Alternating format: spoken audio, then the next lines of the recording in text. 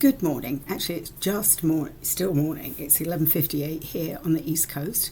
This is Barbara, the East Coast Dragon Lady, and I have a couple of things. I'm coming to you with a longer than 2-minute reel today.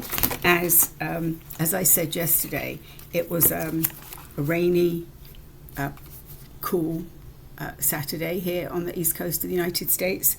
And I sort of jokingly said, oh, good day to have a conversation with dragons. Well, that's in fact what happened.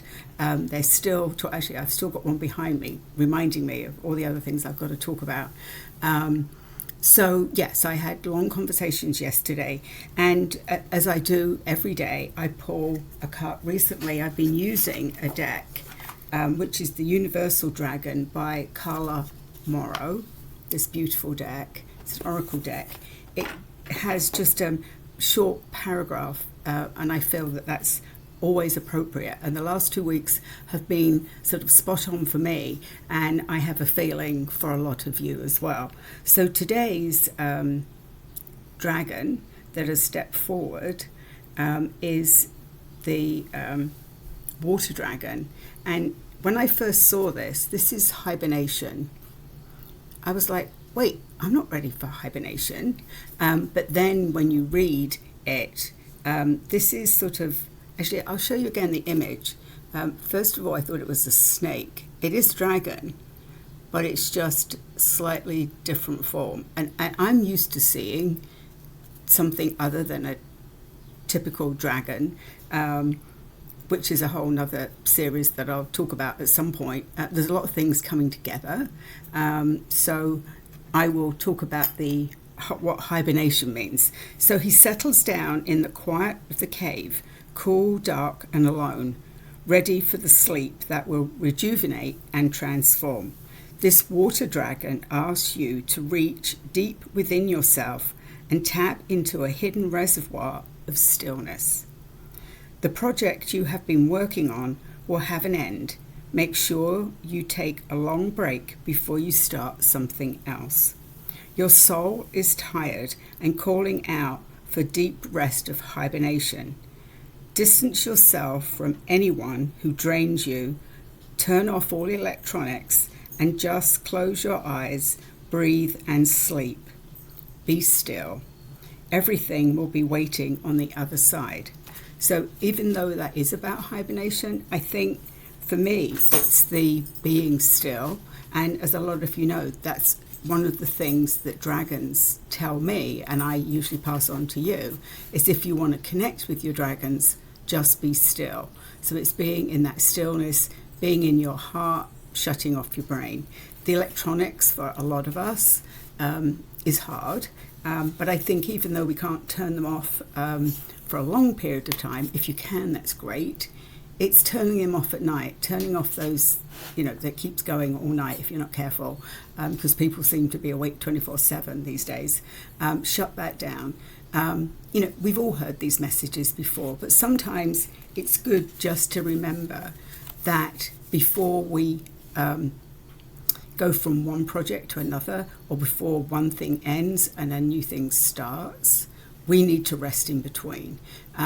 Again, easy to say, but even if we can't do like animals do, go into hibernation, I think listen to your body. So my body yesterday, my brain said I should be doing 100 million things. And my body said, no, you need to be still, which is the message, be still and listen to what messages are coming through to you. So I was still. When I tried to do too much, I got that, I need to lie down, because they wanted me still so that they could send some downloads, probably some reprogramming, but just some course correction. That's what I was calling course correction. I also had a fabulous Reiki session on Friday night with Karen Dorland. Thank you. If you have never tried distance Reiki, try Karen. We know that energy isn't by touching somebody, that we can do the distance thing. So, since life changed for a few years, distance sessions have become a lot more popular. So check out Karen Dorland. I'm friends with her on here, so just Google her. She does fabulous. I mean, I can feel the energy, I can feel the shift. Apparently my body didn't want it to end, so that tells you, right? So my messages are listen, be still, and follow direction. So that leads me to something that I've sort of alluded to a few times, is that I have been, and this was the dragon's advice as well, was to look at Kali Ma. Some of you may know her as Kali. Apparently my accent makes it sound something else, so I know her as Kali Ma. And like a lot of us, so when I was told to look at this, I looked at that image, and I have seen it before, and I immediately went, oh, no, I don't think that energy is for me. It is, and it's, I can tell you the last 2 weeks I have been consistently pulling just one card for myself, because it's pretty intense when you pick a card for the day. This one actually is a little bit better than some of them I've had, but the image speaks to what is coming through. And I thought, on the heels of this week, this one that I honestly probably can't pronounce some of these words, Mantra Shakti is today's Kali. So Kali is actually a warrior princess, all those images, but once you connect with her, there's a softer side, and a lot of us need this sort of energy to do the work we're doing. So the dragons were insisting that I looked into this. So this one just is beautiful. I know it's going to speak to a lot of you out there, because we're all dealing with very similar. So bear with me while I read this. So it is, her voice creates and dissolves universes. Her vibration within our soul creates our life path. You have the sacred power of voice. How shall you express it? To call for effective divine assistance in all ways. Do not allow negative thought or speech to undermine your inner spiritual connection. Claim your voice and your power to create. Listen for inner guidance, and then set your course in motion. Though it may not yet be visible in your physical world, a new order is generating within the soul. In time, it shall manifest in transformed physical circumstances. The power of the word as creative force has been acknowledged through the scriptures of multiple spiritual traditions, from Hinduism, Buddhism, Christianity, Islam, and the New Age, and more. Word is vibration. It resonates. It is sound directed into intentional form. Mantra is a sacred word, a sound that holds not only the power to create form, but has medicinal qualities for healing mind, body, and soul. In taking form, it creates new and vastly improved circumstances on all levels of our being. The sound of a beautiful voice can draw us closer, and the shrill sound of something harsh repels. Sound can bring harmony from chaos and create beautiful patterns for manifestations that are healing and enhancing of life. It can disrupt and break apart that which is built. Sound is powerful. The oracle indicates that you have the power of voice at your disposal. You have the power to speak your truth, to set yourself free, to choose what you say and how you say it. Your voice has the potential to profoundly affect your reality. This is not about controlling others. It's about claiming your power of choice and voice. It feels empowering and profoundly healing to work with a mantra. The very act of using the voice with intentional being about change brings about change.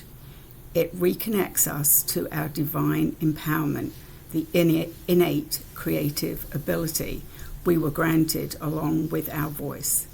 It is the opposite of victimization, despair, and doubt. It is a connection with sacred power and higher consciousness directed with willpower. It is refusal to be silenced or subjected to any unconditional fate. It is the claiming of voice to co-create an inspired, deeply guided, and fulfilling divine destiny. It is taking the reins and sacred surrender into greater divine wisdom.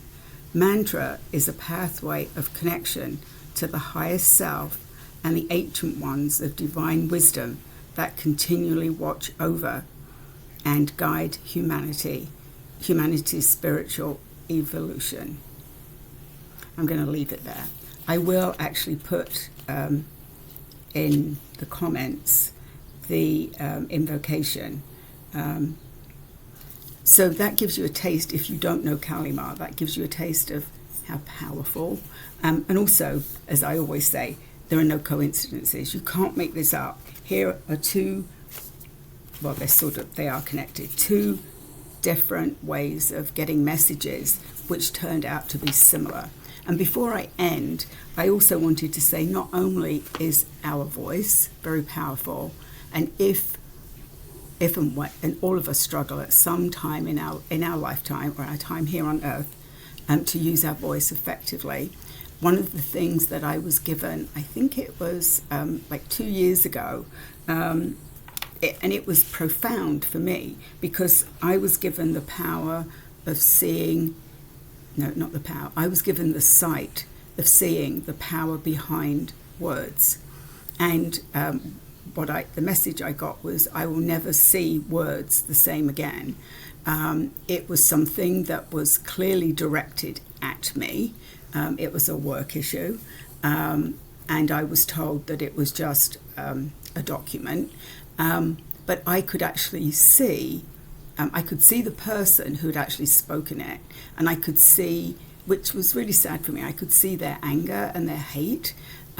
It was not directed at me, but just where they were in their life, and it came out in words, which, as we know, a lot of times when words are directed at us, they're very painful and they hurt us and sometimes take us back to that victimization or back to being a victim. So I think why I needed to come and say this today is I'm a work in progress, and I've worked for many, many years to have my voice taken seriously, and then I choose the path of, working with dragons. But the more I think about this, and the more I hear other people, this is what we chose when we chose to come back to Earth in this incarnation for this new golden age. This was our choice, and we're not doing anything new. We're just picking up where we left off. And certainly as I connect with dragons, and as they've been telling me yesterday, that my job is the Galactic Dragon Ambassador. Merlin calls me the connector, or actually when he says it, he says that I am his connector, because he loves to emphasize, he's an old English wizard. But I am a connector. I connect lots of things. I've done it most of my life in my work. I've always been a connector of humans. And now my job is to connect galactic dragons with their humans. And as a lot of you know, there's a Dragon Thunder, which is about 2 weeks away on July 2nd. It's the first time that dragons and humans have come together. It's international. It's going to be absolutely fabulous. My dragons are already sending me messages that I have to say on the day. So there will be, I'm actually speaking. I'm also a co-presenter. So go and look at www.dragonthunder.info. It's actually going to be on Zoom, and also we hope Facebook Live, and then it's free, and it will then be available on the Facebook group, that it will be free for you. And there's 24, I believe, people presenting. 11 will be live on the day. On the East Coast, it will start at 9 a.m. on Sunday, July 2nd, and go through to 6 p.m. Sorry if you live on the West Coast, because that's even earlier. I think that's like 6 a.m. It's about every 40 minutes, every 45 minutes. There will be a new speaker throughout the day. So bring your breakfast, bring your popcorn, bring your coffee, bring your afternoon snacks, whatever you want. But it is going to be, I think we are all going to learn from this, because there are so many different people doing different things with dragons. So my dragons are excited. So I'm going to leave you at about just over 15 minutes. I'd love to hear your comments. I can be found at eastcoastdragonlady@gmail.com or www.eastcoastdragonlady.com. Okay, talk to you soon.